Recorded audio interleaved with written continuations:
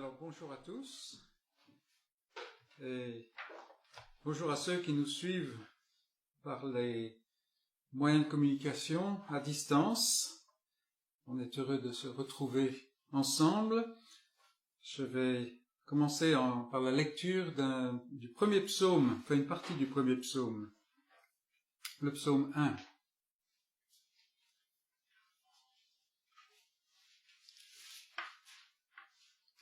Donc, psaume 1, verset 1.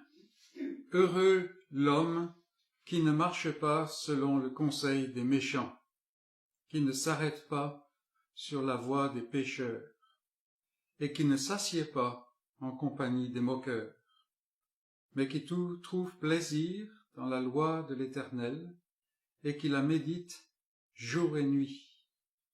Il est comme un arbre planté près d'un cours d'eau, qui donne son fruit en sa saison, et dont le feuillage ne se flétrit point. Tout ce qu'il fait lui réussit.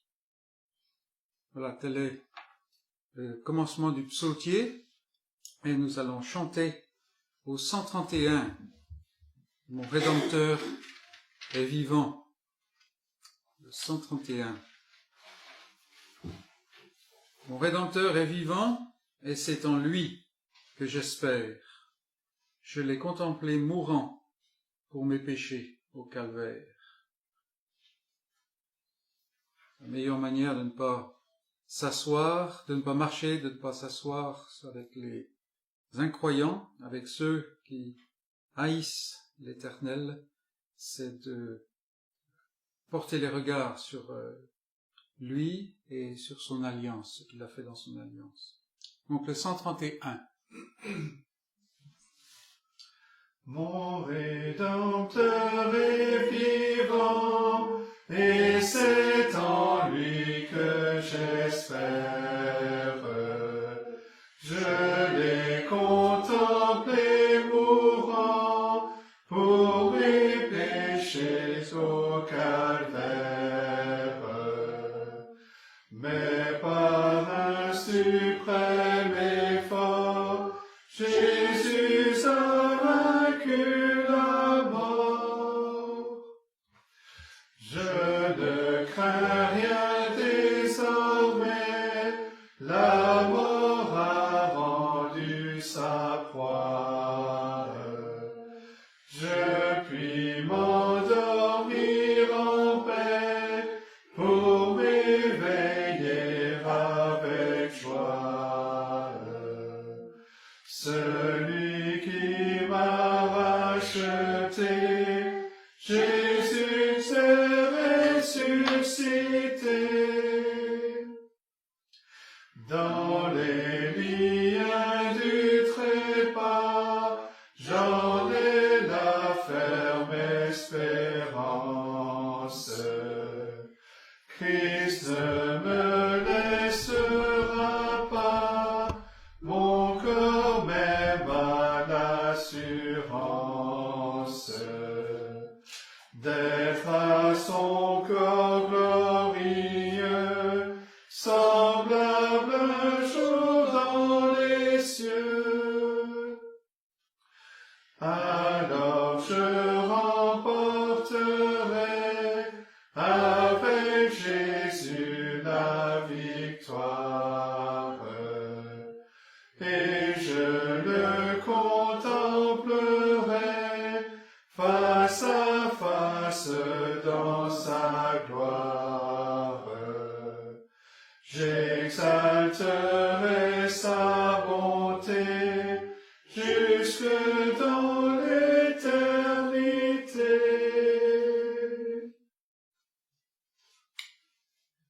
Courbons-nous dans la prière, prions Seigneur. Seigneur notre Dieu, nous avons dans les mots de ce cantique et dans le message de ta parole cette note de victoire.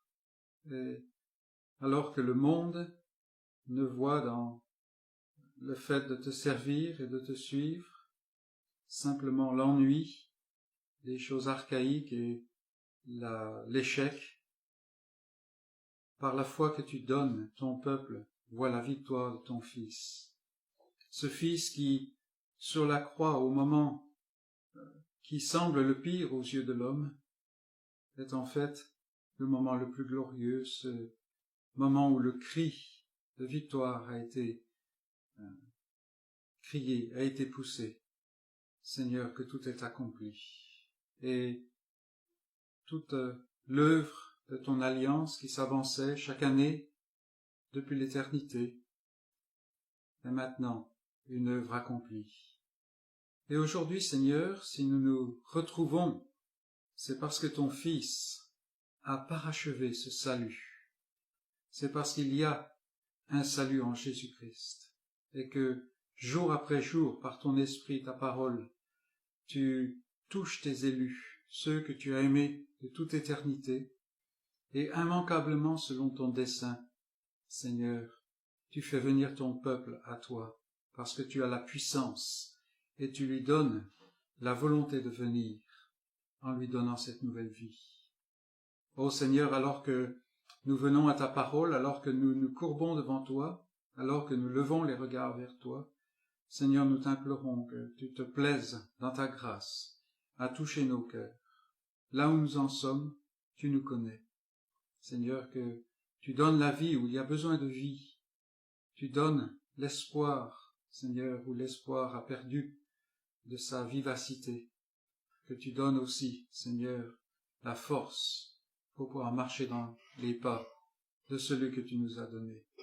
Aussi nous t'offrons dans ce temps notre adoration, mais aussi tous ces temps te demandant, Seigneur, de bénir nos chants, notre écoute, la prédication et tout ce que nous faisons ensemble, de bénir afin que ta gloire resplendisse devant nous et que ton Fils soit dépeint comme étant crucifié, ressuscité et assis à la droite de la puissance, maintenant, prêt à revenir au jour qui a été marqué.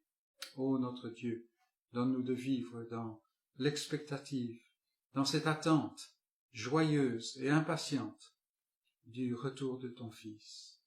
Seigneur, sois avec nous, car nous te demandons, en vertu de Christ et de ce qu'il a fait. Amen. Amen. Et nous allons continuer notre culte donc avec le chant du 185. Sur toi, pierre angulaire. C'est là que le peuple de Dieu se fonde, c'est là que l'œuvre de Dieu se fonde, c'est le centre de tout, la pierre angulaire, la pierre de l'angle, celle à partir de laquelle tout était calculé et fait dans le bâtiment, dans le temple de Dieu. Sur toi, pierre angulaire, ô Jésus, Fils de Dieu, l'Église, pierre à pierre, s'édifie en tout lieu. 185. Sur toi, pierre angulaire, ô Jésus, Fils de Dieu, l'Église, pierre à pierre, s'édifie en tout lieu.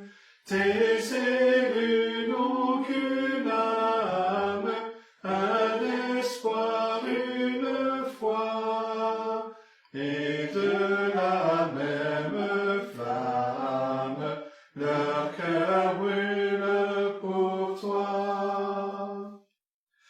Pourtant longue est l'attente, à quand donc serons-nous, l'Église triomphante, unie à son époux, patiente et fidèle, l'Église sous la croix, ô Rédempteur t'appelle, du cœur et de la voix.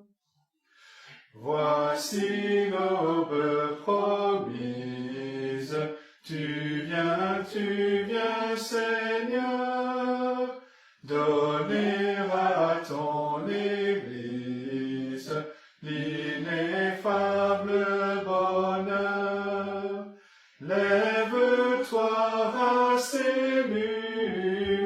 nouvelle humanité, car voici sur la nuit ton roi ressuscité. Très bien, alors si vous avez gardé votre Bible ouverte, nous allons remonter quelques pages dans le livre de Job et au chapitre 38. Voilà, dans nos temps, le mercredi, on a passé toute une série sur l'évangile selon Jean, qui était vraiment une bénédiction. Et puis avec la venue des vacances, il y a eu un peu plus de choses, des textes isolés. Et puis il y avait une question qui a été posée, on s'est retrouvé dans Job. Et Job, c'était très intéressant. La dernière fois, ça nous a permis de faire survol du sens, enfin de la signification de Job. Mais au chapitre 38, on a le début de la réponse de l'Éternel à Job. Et on va lire tout le chapitre 38. Je voulais le sectionner, mais c'était un peu difficile. Donc le chapitre 38, le commencement de la réponse de l'Éternel à Job, et en fait à son Église. Donc chapitre 38, verset 1 de Job, « L'Éternel répondit à Job du milieu de la tempête et dit, « Qui est celui qui obscurcit mes desseins par des discours sans intelligence ? Saint terrain comme un vaillant homme, je t'interrogerai et tu m'instruiras. Où étais-tu quand je fondais la terre? Dis-le si tu as de l'intelligence. Qui en a fixé les dimensions, le sais-tu? Ou qui a étendu sur elle le cordeau? Sur quoi ces bases sont-elles appuyées? Ou qui en a posé la pierre angulaire? Alors que les étoiles du matin éclataient en chants d'allégresse et que tous les fils de Dieu poussaient des cris de joie. Qui a fermé la mer avec des portes quand elle s'élança du sein maternel? Quand je fis de la nuée son vêtement et de l'obscurité ses langes? Quand je lui imposai ma loi et que je lui mis des barrières et des portes? Quand je dis, tu viendras jusqu'ici, tu n'iras pas au-delà. Ici s'arrêtera l'orgueil de tes flots. Depuis que tu existes, as-tu commandé au matin? As-tu montré sa place à l'aurore? Pour qu'elle saisisse les extrémités de la terre et que les méchants en soient secoués? Pour que la terre se transforme comme l'argile qui reçoit une empreinte et qu'elle soit parée comme d'un vêtement? Pour que les méchants soient privés de leur lumière et que le bras qui se lève soit brisé? As-tu pénétré jusqu'aux sources de la mer? T'es-tu promené dans les profondeurs de l'abîme? Les portes de la mort t'ont-elles été ouvertes? As-tu vu les portes de l'ombre de la mort? As-tu embrassé du regard l'étendue de la terre? Parle, si tu sais toutes ces choses. Où est le chemin qui conduit au séjour de la lumière? Et les ténèbres, où ont-elles leur demeure? Peux-tu les saisir à leurs limites et connaître les sentiers de leur habitation? Tu le sais, car alors tu étais né, et le nombre de tes jours est grand. Es-tu parvenu jusqu'aux amas de neige? As-tu vu les dépôts de grêle que je tiens en réserve pour les temps de détresse, pour les jours de guerre et de bataille? Par quel chemin la lumière se divise-t-elle, et le vent d'Orient se répand-il sur la terre? Qui a ouvert un passage à la pluie et tracé la route de l'éclair et du tonnerre, pour que la pluie tombe sur une terre sans habitants, sur un désert où il n'y a point d'homme, pour qu'elle abreuve les lieux solitaires et arides, et qu'elle fasse germer et sortir l'herbe?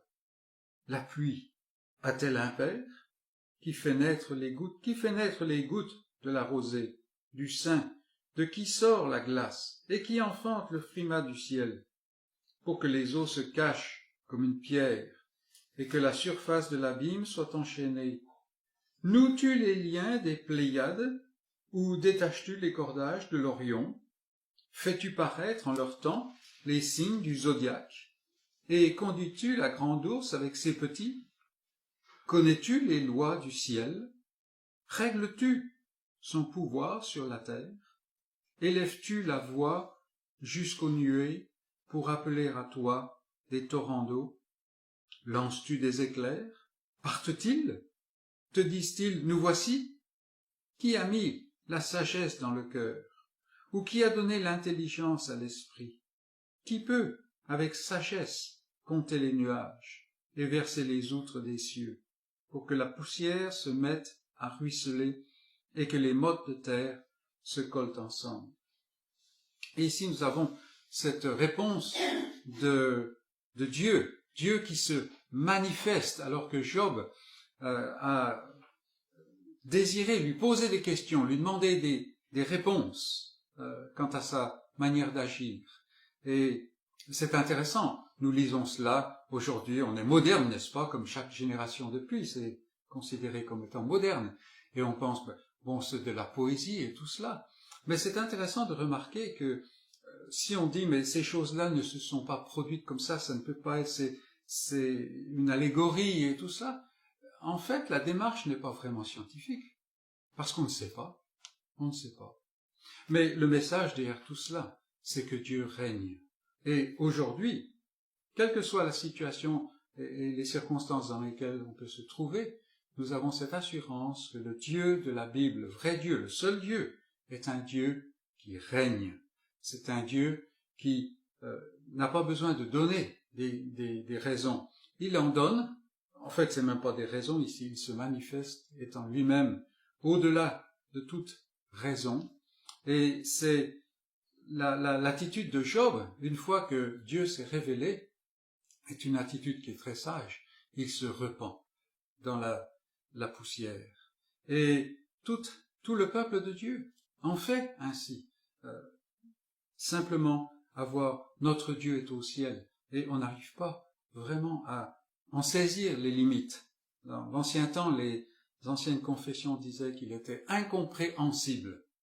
On ne peut pas le comprimer dans notre petite intelligence. Donc voilà le Dieu de la Bible qui se révèle ici à son serviteur et puis à ses amis aussi. Et nous allons continuer nous-mêmes chantant le cantique 285. C'est une réponse à la révélation d'un tel Dieu, la réponse de la créature. Prends ma vie, elle doit être à toi seul, ô divin Maître, que sur les flots de mes jours, ton regard brille toujours. C'est une grâce d'avoir un Dieu qui porte les regards sur nous, un tel Dieu. Le 285. Prends ma vie, elle doit être à toi seul, ô divin Maître, que sur le flot de mes jours, ton regard brille toujours. Que mes mains à ton service s'offrent pour le sacrifice, qu'à te suivre pas à pas, mes pieds ne faiblissent pas. Que mon esprit s'illumine de ta sagesse divine. Prends mon argent et mon or, et toi seul sois mon trésor. Que ma volonté devienne la servante de la tienne. Fais ton trône de mon cœur, il t'appartient, mon Sauveur. Continuons avec une lecture dans le Nouveau Testament, dans la lettre de Paul aux Éphésiens. Nous irons au chapitre 4 pour lire quelques versets. Éphésiens 4.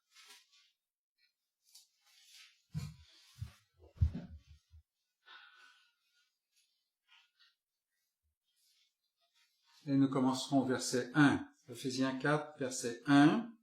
Paul écrit: « Je vous exhorte donc, moi, le prisonnier dans le Seigneur, à marcher d'une manière digne de la vocation qui vous a été adressée, en toute humilité et douceur, avec patience, vous supportant les uns les autres avec amour, vous efforçant de conserver l'unité de l'esprit par le lien de la paix. Il y a un seul corps et un seul esprit, comme vous aussi vous avez été appelés à une seule espérance par votre vocation. Il y a un seul Seigneur, une seule foi, un seul baptême, un seul Dieu et Père de tous, qui est au-dessus de tous et parmi tous et en tous. Mais à chacun de nous, la grâce a été donnée selon la mesure du don de Christ. C'est pourquoi il est dit, étant monté dans les hauteurs, il a emmené des captifs et il a fait des dons aux hommes. Or, que signifie les montées, sinon qu'il est aussi descendu dans les régions inférieures de la terre? Celui qui est descendu, c'est le même qui est monté au-dessus de tous les cieux afin de remplir toutes choses. Et ici, c'est une petite parenthèse qui est venue dans le développement de Paul. Mais si on reprend par exemple au verset 7, mais à chacun de nous, la grâce a été donnée selon la mesure du don de Christ, verset 11, et il a donné les uns comme apôtres, les autres comme prophètes, les autres comme évangélistes, les autres comme pasteurs et docteurs, pour le perfectionnement des saints en vue de l'œuvre du ministère, ou de l'œuvre du service, et de l'édification du corps de Christ, jusqu'à ce que nous soyons tous parvenus à l'unité de la foi et de la connaissance du Fils de Dieu, à l'état d'homme fait, à la mesure de la stature parfaite de Christ. Ainsi, nous ne serons plus des enfants, flottant et emportés à tout vent de doctrine par la tromperie des hommes, par leurs ruses dans les moyens de séduction.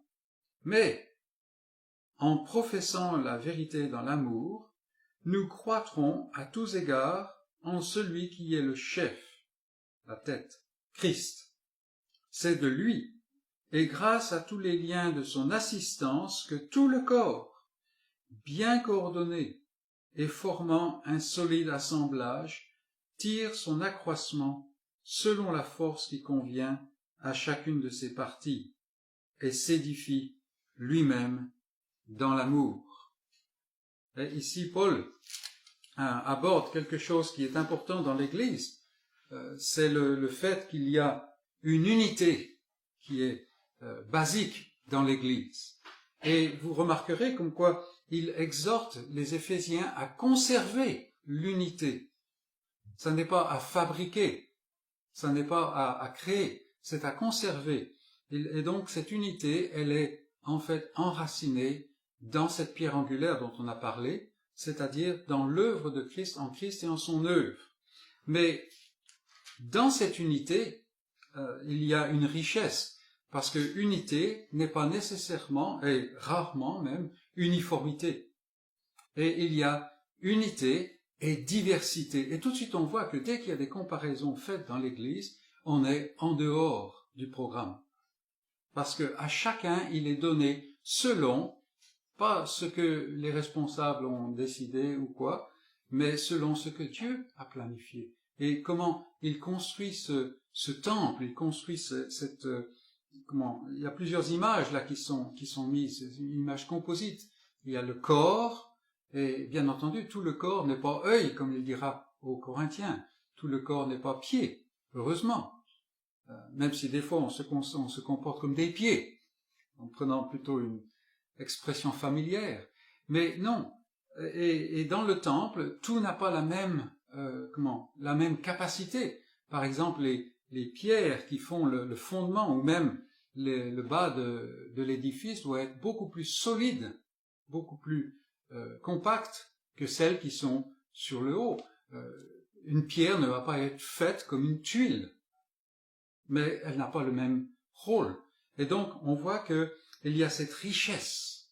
Et quand on voit dans l'Église les différentes choses que Dieu a données, là il parle de certains dons qui sont des dons d'enseignement, mais il a donné d'autres dons, notamment le don de la libéralité, par exemple, le don de l'aide, et ainsi de suite. Quand on voit les autres dons, il faut qu'on se concentre sur le fait, qu'on se focalise sur le fait que Dieu a un peuple qui est riche. Le corps de Christ n'est pas difforme. Et c'est cela à quoi nous sommes appelés, en voyant les uns et les autres, avec des dispositions, mais aussi avec des appels, un appel différent, des vocations qui diffèrent. Et alors, on sait que tout est pour le service les uns des autres. Et c'est ça la merveille, n'est-ce pas? Et donc, c'est pour ça que l'apôtre au début exhorte ces chrétiens, et les chrétiens, puisque c'est placé dans la parole de Dieu, tous les chrétiens exhortent à marcher d'une manière digne, avec humilité et douceur.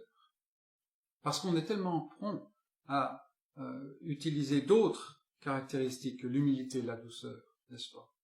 Donc, ici, nous nous réjouissons de ce que Dieu fait dans l'Église. Et c'est une chose importante. Souvent, on voit les choses qui ne vont pas. Mais voyons ce que Dieu fait, plutôt. Et je vous invite avant le message, à nous courber dans la prière devant Dieu, à nous adresser à lui. Prions.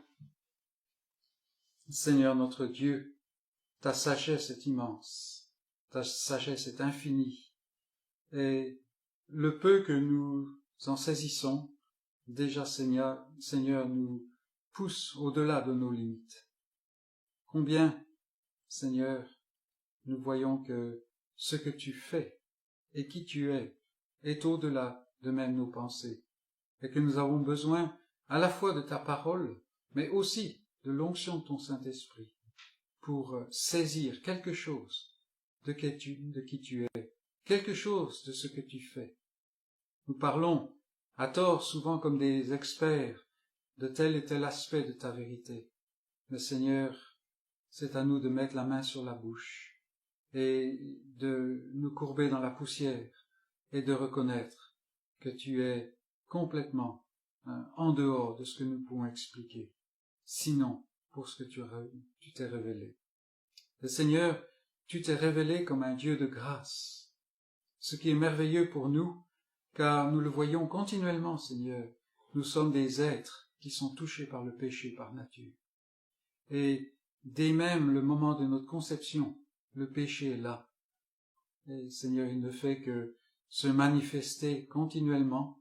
C'est pour cela, Seigneur, que quand nous voyons tes enfants qui passent dans la gloire, nous sommes envieux.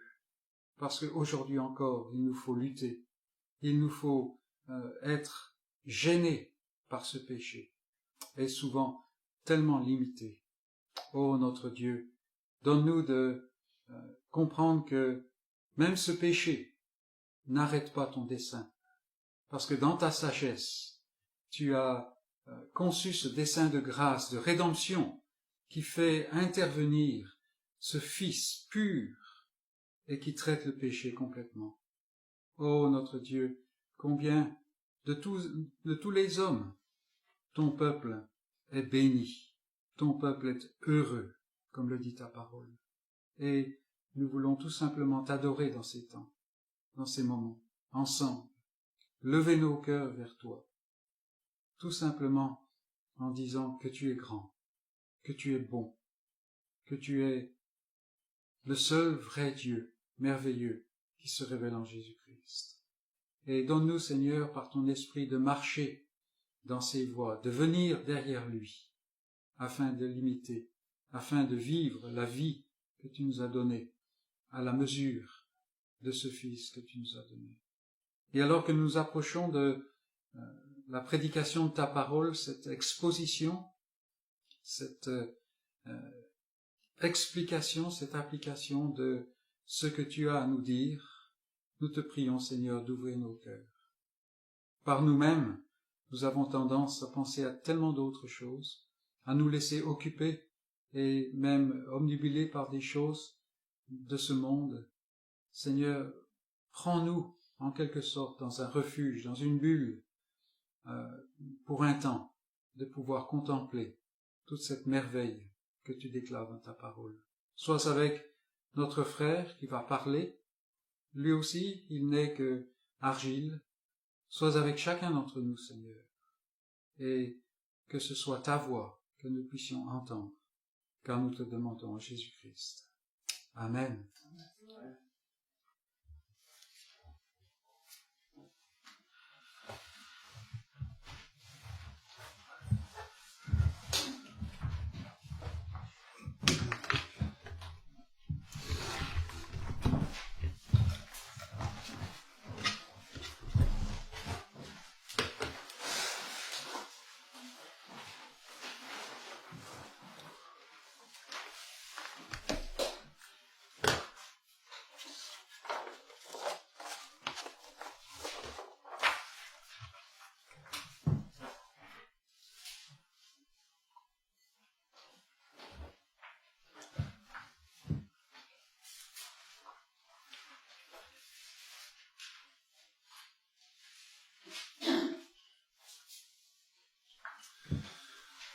Bien, je vous invite à ouvrir la parole de Dieu dans la lettre de Paul aux Romains.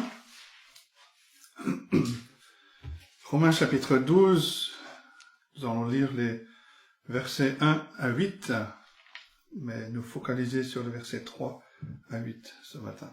Lisons à partir du verset 1, Romains chapitre 12, donc à partir du verset 1, et voici la parole de Dieu. Je vous exhorte donc, frères, par les compassions de Dieu, à offrir vos corps comme un sacrifice vivant, saint, agréable à Dieu, ce qui sera de votre part un culte raisonnable. Ne vous conformez pas au siècle présent, mais soyez transformés par le renouvellement de l'intelligence, afin que vous discerniez quelle est la volonté de Dieu, ce qui est bon, agréable et parfait. Par la grâce qui m'a été donnée, je dis à chacun de vous de n'avoir pas de lui-même une trop haute opinion, mais de revêtir des sentiments modestes, selon la mesure de foi que Dieu a départie à chacun. Car comme nous avons plusieurs membres dans un seul corps, et que tous les membres n'ont pas la même fonction, ainsi, nous qui sommes plusieurs, nous formons un seul corps en Christ, et nous sommes tous membres les uns des autres. Puisque nous avons des dons différents selon la grâce qui nous a été accordée, que celui qui a le don de prophétie l'exerce en proportion de la foi, que celui qui est appelé au ministère s'attache à son ministère, que celui qui enseigne s'attache à son enseignement, et celui qui exhorte à l'exhortation, que celui qui donne le fasse avec libéralité, que celui qui préside le fasse avec zèle, que celui qui pratique la miséricorde le fasse avec joie. Et jusque-là, la parole de Dieu. Au IVe siècle de notre ère, Ambroise, qui était évêque de Milan, écrit à Augustin, qui est en voyage à Rome, et lui dit, si tu es à Rome, fais comme les Romains.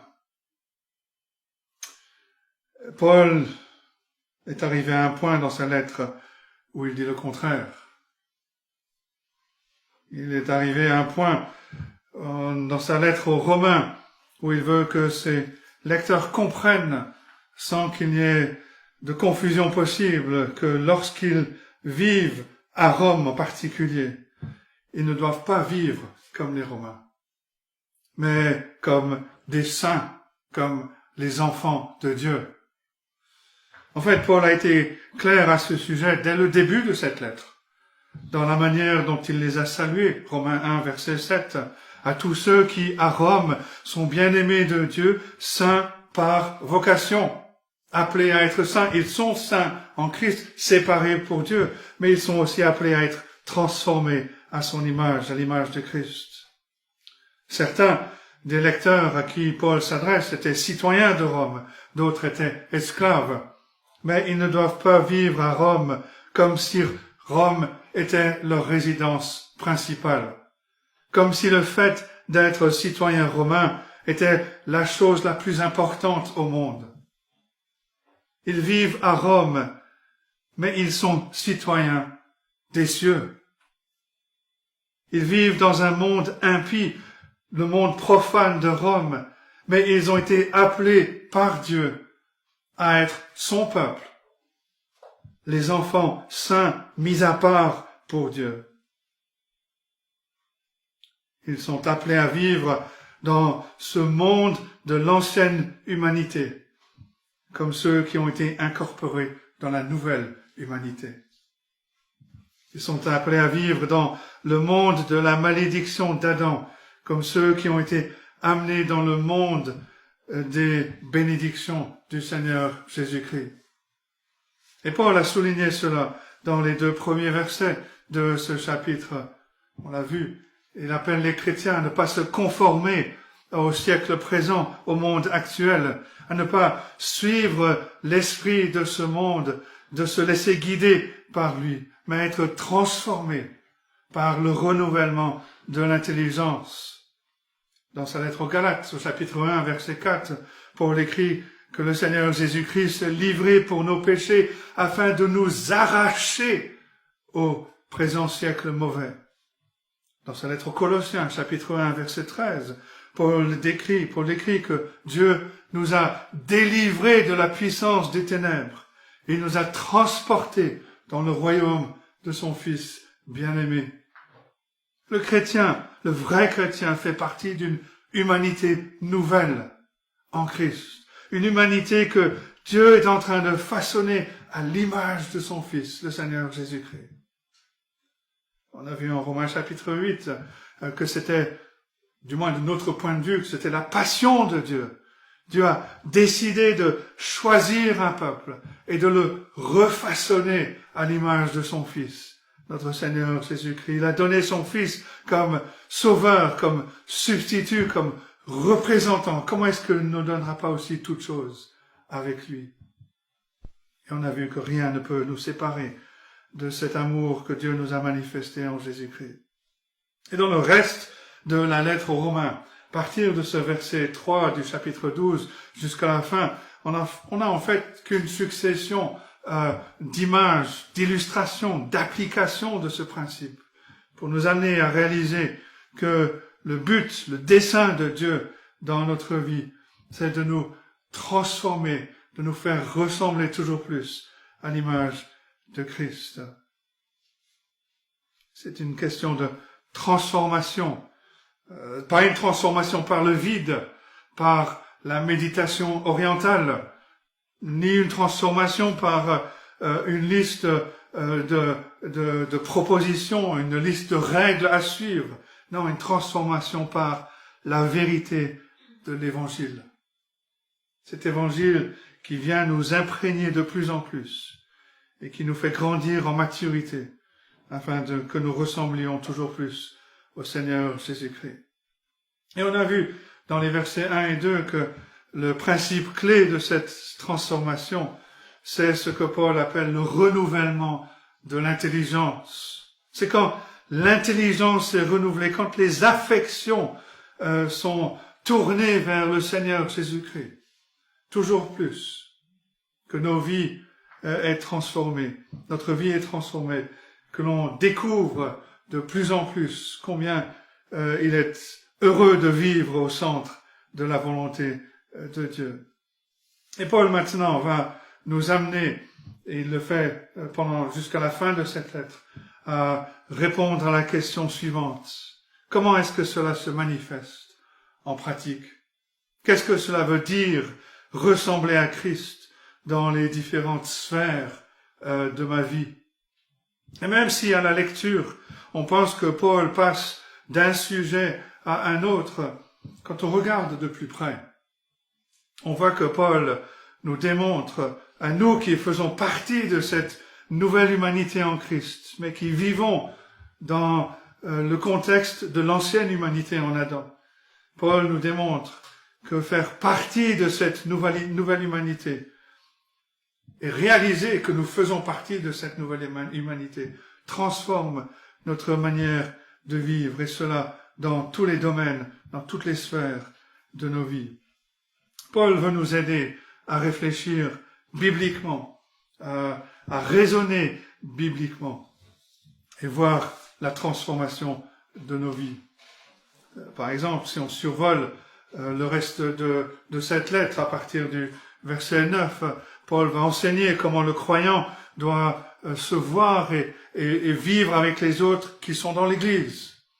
Dans les versets 14 à 21, Paul enseigne aux croyants comment il doit se voir et vivre au milieu de ceux qui s'opposent à lui en tant que chrétien.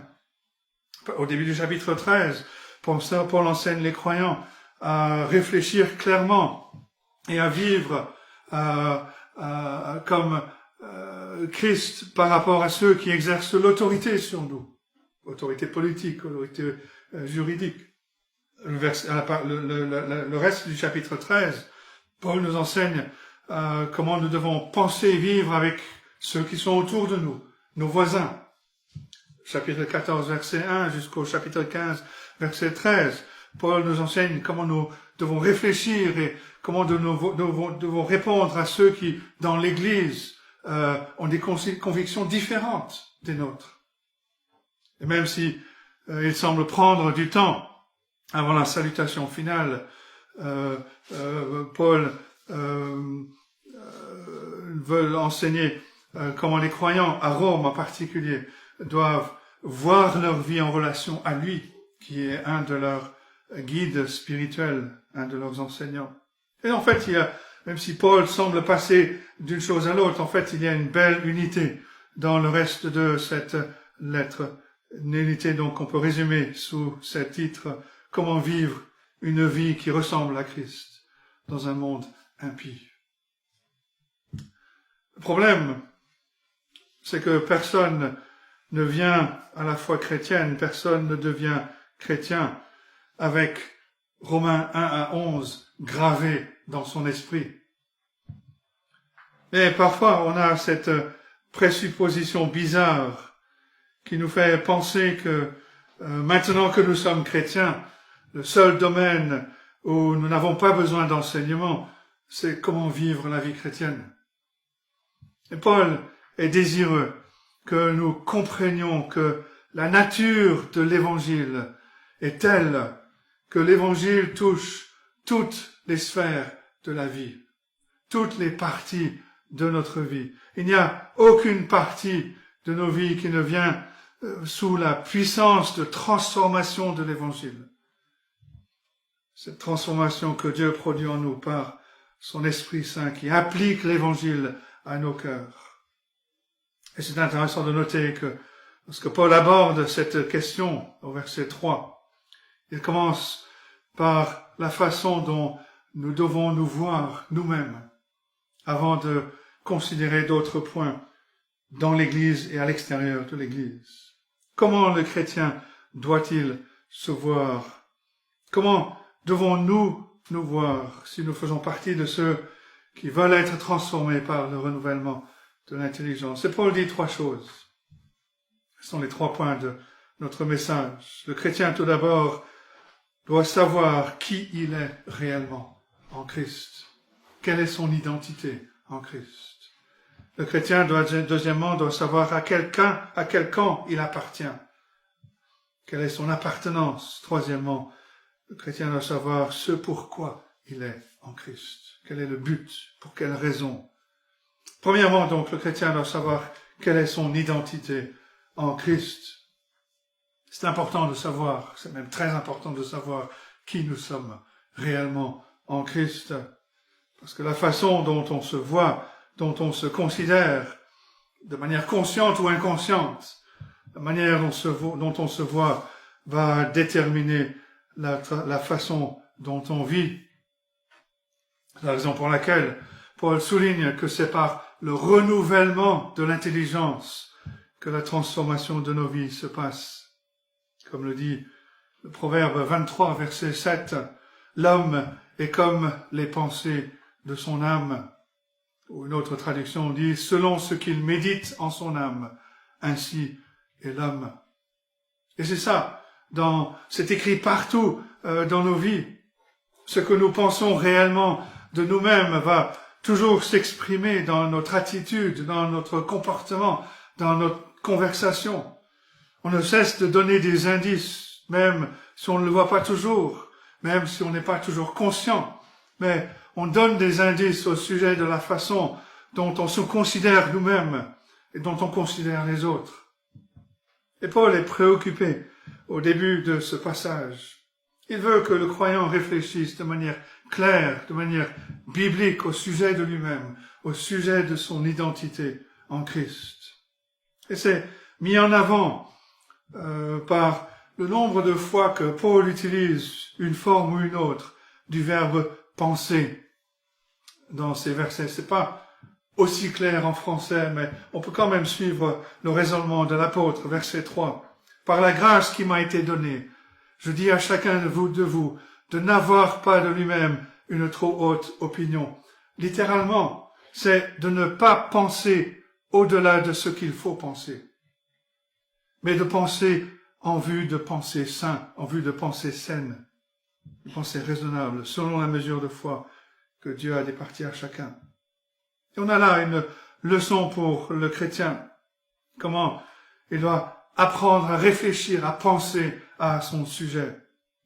Paul nous dit, n'ayez pas une trop haute opinion de vous-même, mais ayez une opinion saine, une opinion pondérée, raisonnable au sujet de qui vous êtes en Christ. Ne vous voyez pas plus grand que ce que vous n'êtes. Ayez une vue raisonnable. Et notre traduction essaye de capturer cela. Je dis à chacun de vous de n'avoir pas de lui-même une trop haute opinion, mais de revêtir des sentiments modestes. C'est très facile pour nous d'être enivrés de nous-mêmes, d'être ivres de nos propres intérêts, de nos propres vies, de nos propres besoins, de nos propres succès, ou inversement, de nos propres manquements, ivres de soi-même. Et Paul nous pousse à réfléchir, à penser de nous-mêmes d'une manière sobre, saine, modeste, parce que l'ivresse de soi est quelque chose de dangereux, comme toute forme d'ivresse. Qu'est-ce qui se passe chez une personne qui est ivre? La personne perd son sens de bienséance, elle perd son équilibre, elle perd sa capacité de réfléchir de façon claire, elle perd sa capacité de marcher droit. Très souvent, la personne ivre tombe dans l'exagération, elle perd toute notion de proportion. Et le problème, quand on perd toute notion de proportion à notre propre sujet, c'est qu'on est toujours la dernière personne à s'en rendre compte. Et Paul nous dit, vous voyez ce genre de choses dans le monde, mais l'effet de l'évangile est tout autre, est à l'opposé de cela. L'évangile vous aide à réfléchir de façon claire à votre propre sujet, ne pas être obsédé avec vous-même. La merveille de l'évangile, c'est que le Seigneur Jésus-Christ nous aide à nous oublier nous-mêmes. Quand on apprend à s'oublier nous-mêmes, on apprend de plus en plus à réfléchir, à penser au sujet de soi-même de façon claire. On peut être enivré de notre propre importance, de notre propre valeur dans le monde, dans l'Église. Mais il n'y a pas que le danger d'avoir une trop haute opinion de soi-même. Il y a aussi le danger de ne pas penser clairement à notre propre sujet, de développer une fausse humilité. Il y a des chrétiens qui ne cessent de se dévaloriser. Et très souvent, c'est face à un autre chrétien qui a plus de dons, apparemment. Mais cela veut dire que cette personne n'a pas été délivrée de l'obsession de soi-même pour profiter des dons de l'autre, de vivre avec les dons que Dieu lui a accordés. Aujourd'hui, on a beaucoup de personnes qui ont un compte Twitter ou un compte Instagram pour raconter au monde entier les banalités de leur vie, comme si cela était vital pour l'univers. On voit les émissions de télé-réalité, des personnes qui ne font rien de bien extraordinaire, mais elles sont obsédées avec elles-mêmes, n'ont jamais été délivrées de cette obsession. Mais on peut avoir la même attitude, parce qu'on pense avoir accompli de grandes choses, parce qu'on pense avoir atteint un certain niveau d'influence, ou à l'inverse, parce on pense n'avoir rien accompli d'important, et on pense qu'on n'a aucune importance. La merveille au sujet du chrétien, et on l'a vu dans le chapitre 5, chapitre 6, 7 et 8, la merveille au sujet du chrétien, c'est que sa véritable identité ne se trouve pas en lui-même, elle se trouve en Christ. Et l'une des choses merveilleuses que Paul fait ressortir de ce passage, c'est que quels que soient les dons de chacun, qu'ils soient privés, qu'ils soient publics, quels que soient les dons, nous partageons une identité commune en Jésus-Christ. Nous avons été rachetés par le sang du Sauveur, du Seigneur Jésus-Christ. Nous ne faisons plus partie de la famille d'Adam, nous appartenons à la famille de Jésus-Christ. Et au moment où nous sommes transférés de l'ancienne famille d'Adam à la famille de Jésus-Christ, il n'y a aucun d'entre nous, pas un seul, qui soit davantage membre de Christ qu'un autre. Nous sommes tous, si nous connaissons le Seigneur Jésus-Christ, si nous sommes unis à Christ, nous sommes tous membres. Il n'y en a pas un qui est plus membre que l'autre. Nous sommes tous membres du Seigneur Jésus-Christ. C'est pour ça que le renouvellement de mon intelligence vient par l'Évangile. Et on l'a vu, Paul souligne qu'il y a cet ordre d'être transformé par le renouvellement de notre intelligence. Une déclaration passive sous une forme impérative. Comment est-ce que cela est appliqué dans nos vies? Nous avons vu que c'est par la puissance de l'Évangile qui renouvelle notre intelligence, qui purge notre ancienne façon de penser au sujet du monde, au sujet de nous-mêmes. Il marque de son empreinte notre intelligence, notre façon de penser, notre façon de voir. Et plus nous pensons à nous-mêmes en relation avec le Seigneur Jésus-Christ, moins nous aurons de fausses pensées à notre propre sujet. Si nous sommes à Christ, nous sommes entièrement à Christ. Il n'y a pas un qui est plus à Christ qu'un autre.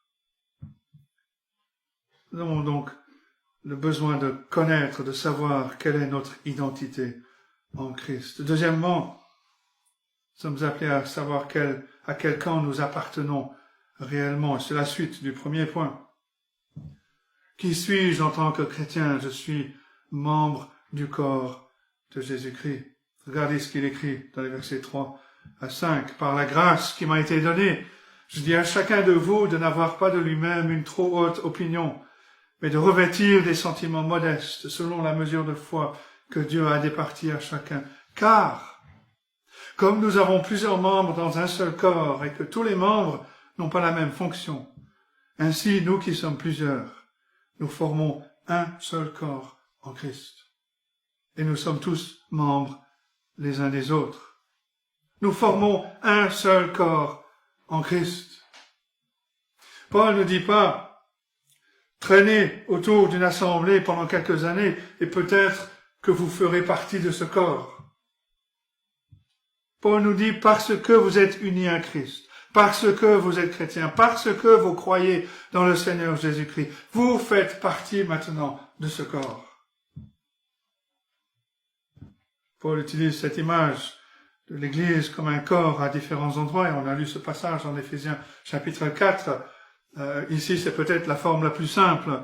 Paul nous dit que nous appartenons à un corps, que nous sommes membres d'un corps, que ce corps a différentes parties, et que ce corps appartient au Seigneur Jésus-Christ. Ce n'est pas notre corps, c'est son corps. Et parce que nous appartenons à ce corps, nous n'appartenons plus à nous-mêmes.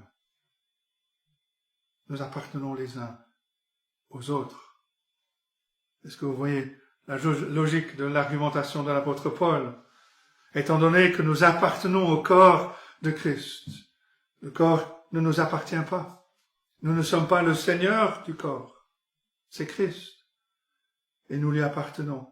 Et parce que nous sommes membres de ce corps, Paul nous dit que nous sommes tous membres les uns des autres. Versets 4 et 5, car comme nous avons plusieurs membres dans un seul corps et que tous les membres n'ont pas la même fonction, ainsi nous qui sommes plusieurs, nous formons un seul corps en Christ et nous sommes tous membres les uns des autres. Et vous voyez comment cette vérité que nous formons un seul corps transforme non seulement nos vies sur le plan individuel, mais cela transforme aussi comment nous voyons les autres. Cela veut dire que nous n'appartenons plus à nous-mêmes, nous appartenons au corps de Christ. Et on voit de suite que c'est une idée révolutionnaire. Quand l'Église comprend cette vérité, quand elle vit cette vérité, c'est une véritable révolution. Parce que dans le monde nous enseigne que nous nous appartenons à nous-mêmes et que les autres nous appartiennent. Malheureusement, on peut tirer cette perspective du monde et de notre ancienne humanité dans l'Église et vivre de manière égocentrique. Mais on peut pas vivre de cette façon-là. Puisque, comme Paul nous le rappelle, nous n'appartenons plus à nous-mêmes. Quand on saisit cela fait toute une différence dans une assemblée. Par nature, nous sommes des êtres possessifs. Nous aimons posséder. Nous sommes très lents à nous donner aux autres. Mais nous devons prendre conscience que nous ne nous appartenons plus à nous-mêmes. Le problème, en suivant le monde, ce n'est pas seulement que nous gardons les distances avec les autres, mais que nous ne vivons pas libres nous-mêmes. Nous ne vivons pas selon notre identité. Or, comme Paul le souligne, nous n'appartenons plus à nous-mêmes. Christ nous a rachetés. Il a payé le prix de la rançon. Il nous a donné aux autres membres du corps. Et nous faisons partie de ce corps. Nous faisons partie les uns des autres.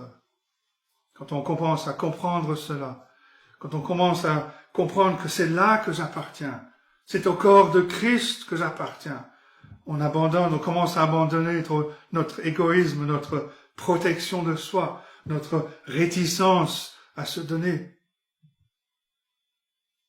On abandonne ces formes d'hypocrisie qui s'accrochent à nous. Nous faisons semblant d'être ce que nous savons ne pas être, ou nous ne voulons pas que les autres découvrent nos faiblesses, notre vulnérabilité. Et on ne peut pas vivre de cela dans le corps de Christ. Sinon, on renie ce que Christ a créé, c'est-à-dire l'assemblée que Christ a créée, l'assemblée à laquelle nous faisons partie. Je me demande si c'est pas la raison pour laquelle la discipline céleste dans l'Église primitive sur Ananias et Saphira était si terrible. Pierre, vous rappelez, leur a dit clairement qu'ils n'avaient aucune obligation de vendre quoi que ce soit, aucune obligation d'apporter l'argent. Ils auraient très bien pu vendre leurs biens et n'apporter que la moitié de l'argent. Mais apporter l'argent en prétendant que c'était la totalité de la vente, qu'est-ce que cela voulait dire? Cela voulait dire, voilà, nous ne sommes pas prêts à nous donner à ce groupe. Nous recherchons une certaine influence basée sur le fait de garder quelque chose pour soi.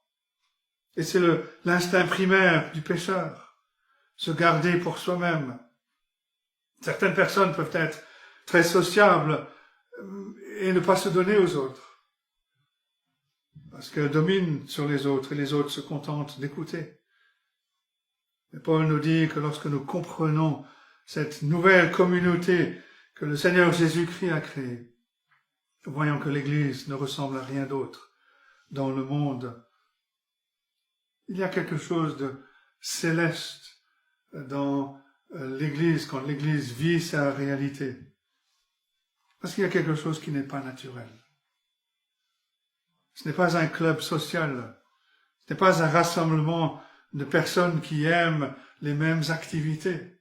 Non, c'est une œuvre de la grâce de Dieu qui rassemble des personnes d'origines différentes, de personnalités différentes. Il les rassemble pour former un seul corps. Ces croyances appartiennent les uns aux autres et ils sont appelés à ne rien garder pour eux-mêmes. Ils appartiennent au Seigneur Jésus-Christ et ils appartiennent les uns aux autres. C'est quelque chose que nous devons apprendre à faire, se donner aux autres, se mettre à part pour les autres. Ce n'est pas forcément quelque chose de facile, même dans l'Église. La semaine passée, j'ai vu cette citation de C.S. Lewis sur un site ou quelque chose. Et C.S. Lewis montre le danger de ne pas se donner. Il écrit c'est un extrait de son livre « Les 4 amours ». Et il dit « Aimer, c'est être vulnérable. Aimez n'importe quoi, et votre cœur sera certainement fendu, peut-être brisé. Si vous voulez être certain de le garder intact, vous ne devez donner votre cœur à personne, pas même à un animal. Enveloppez-le soigneusement avec des hobbies et des petits luxes. Évitez tout enchevêtrement. Enfermez-le bien à l'abri dans le cercueil de votre égoïsme. Et dans ce cercueil, votre cœur changera. En sécurité dans le noir, immobile, privé d'air, votre cœur deviendra impénétrable, irréparable. La seule place en dehors des cieux où vous pouvez être parfaitement à l'abri de tous les dangers et risques d'amour est l'enfer. Se donner aux autres, se mettre à part pour les autres. Ce n'est pas forcément quelque chose de facile, mais l'apôtre Paul veut que nous sachions quelle est notre identité en Christ, mais aussi à quel camp nous appartenons, ce à quoi nous sommes appelés. Nous faisons partie de la famille de Christ. Et nous sommes appelés à nous donner les uns aux autres. Troisièmement, Paul veut que le chrétien sache pour quel but il est en Christ. Et là, il se tourne vers les dons spécifiques. On ne va pas les étudier en détail, mais voyez ce que Paul est en train de faire ici. Il dit, sachez qui vous êtes réellement. Sachez à quel camp vous appartenez. Sachez pour quel but vous êtes dans ce camp. Parce que dans tous les dons que Paul décrit, il y a les ministères de la parole, il y a les ministères de direction, le ministère de service. Dans chaque cas, quel que soit le don reçu de la part de Dieu, quel que soit le ministère auquel Dieu appelle, Paul nous dit, mettez tout ce que vous pouvez, toute votre force, toutes vos énergies pour accomplir ce à quoi Dieu vous appelle.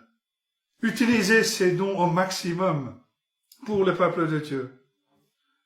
Et puisque chacun appartient à tous les autres, que chacun a reçu un don différent, il ne l'a pas fabriqué, il l'a reçu.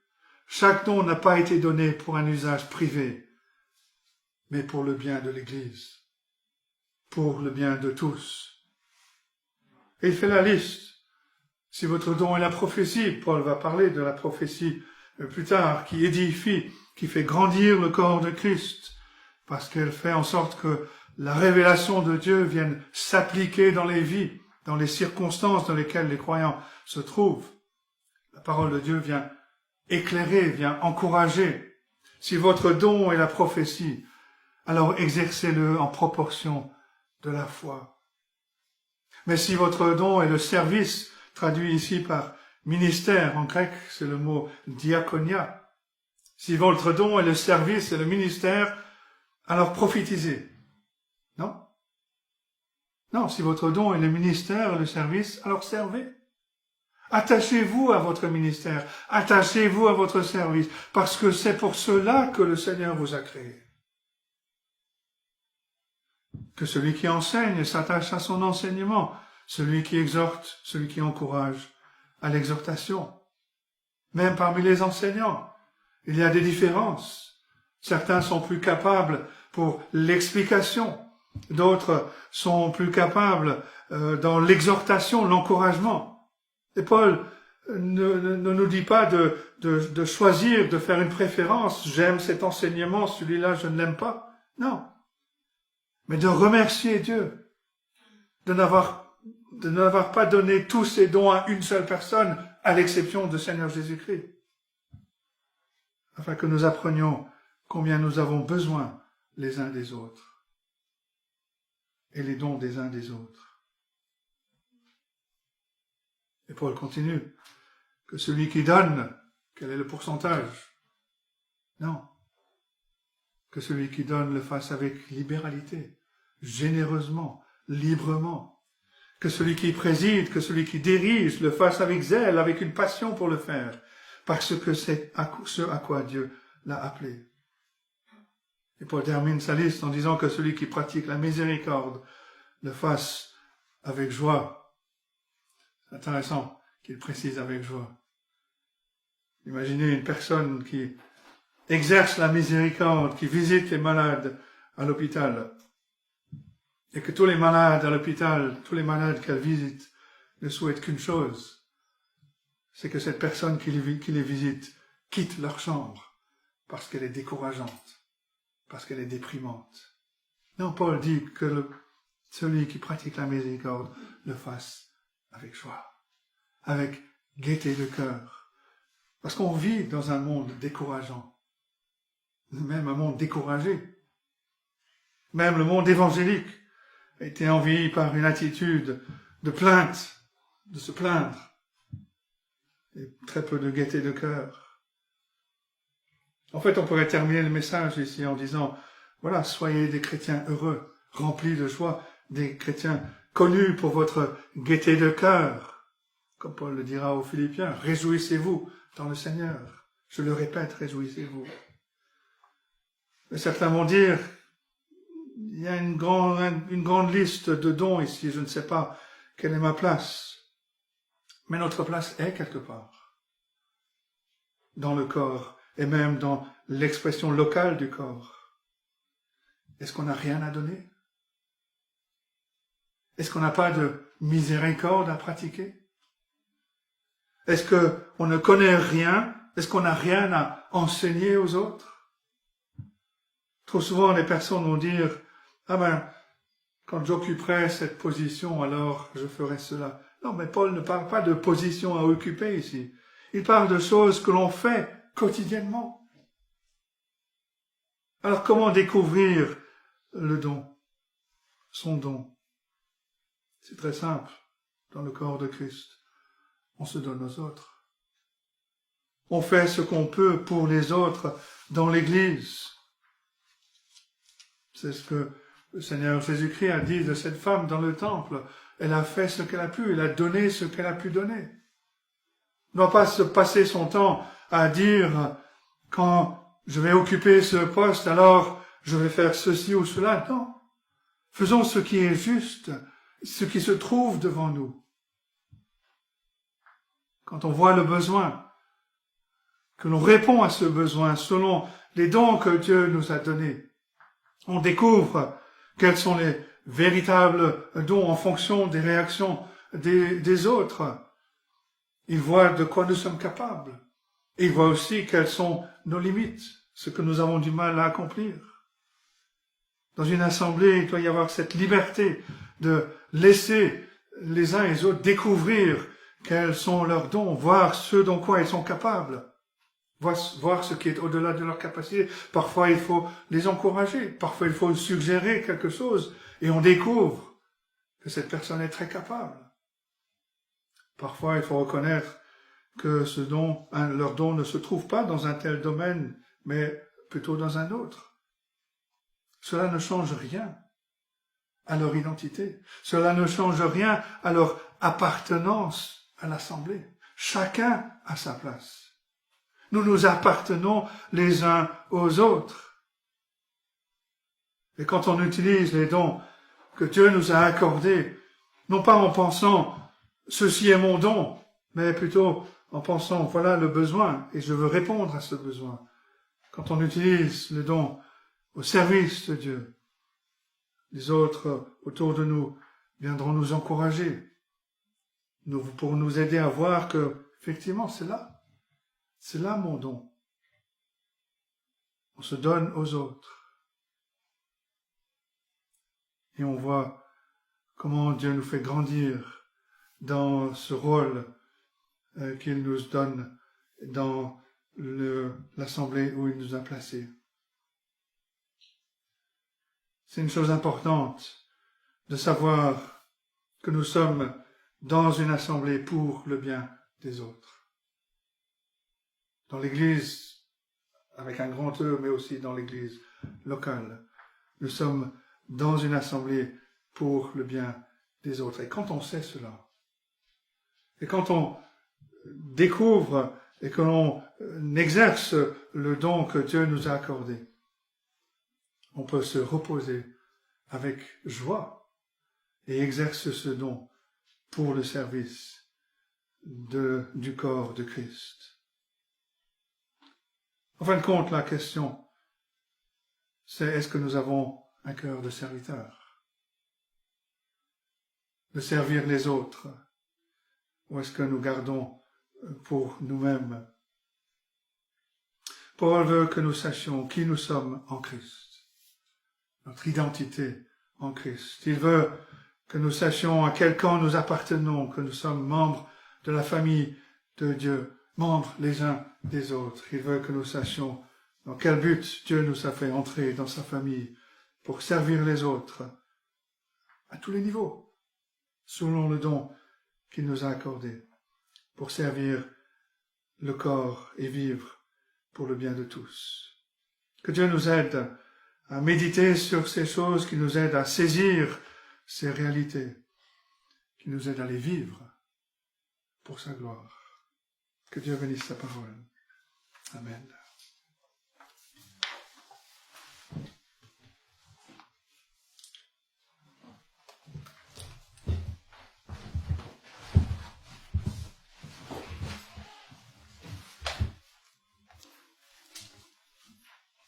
Bien, nous allons continuer et terminer notre culte ce matin avec le chant du cantique 260. Le 260.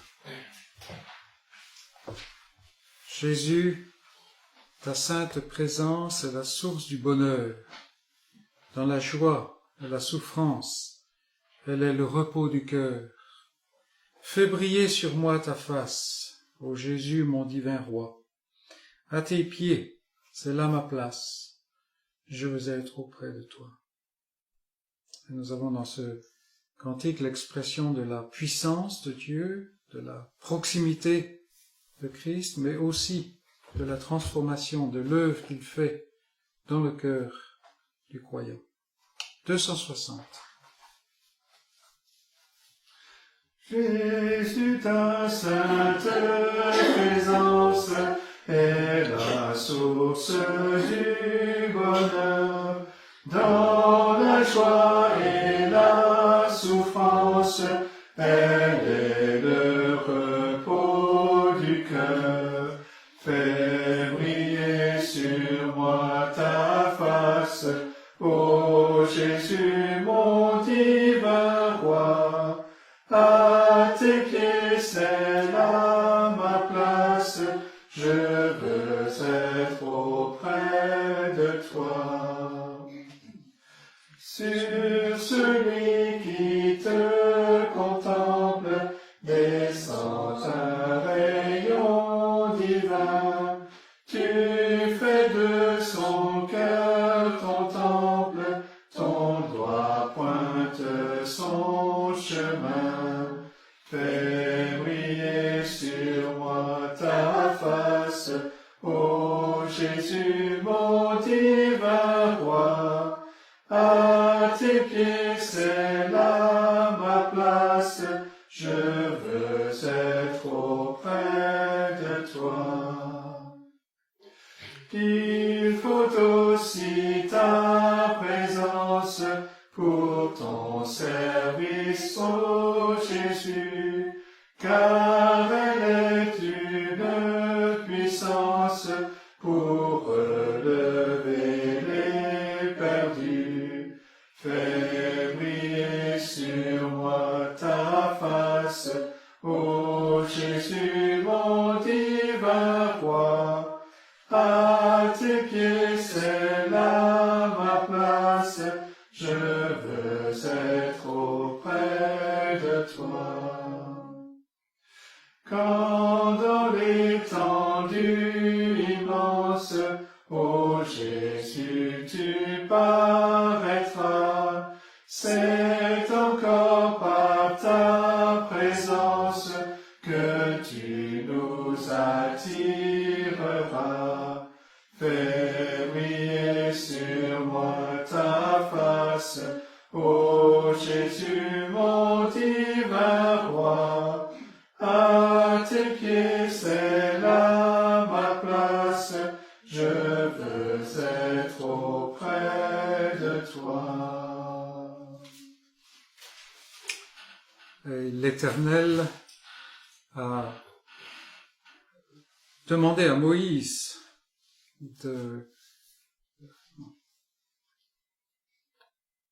d'enseigner ou de confier à Aaron la bénédiction du peuple. Et voici ce que nous lisons. L'Éternel parla à Moïse et dit, « Parle à Aaron et à ses fils, et dis, vous bénirez ainsi les enfants d'Israël. Vous leur direz, que l'Éternel te bénisse et qu'il te garde, que l'Éternel fasse luire sa face sur toi et qu'il t'accorde sa grâce, que l'Éternel tourne sa face vers toi et qu'il te donne la paix. C'est ainsi qu'ils mettront mon nom sur les enfants d'Israël et je les bénirai. » Et la même bénédiction est disponible à tout l'Israël de Dieu en Jésus-Christ. Amen.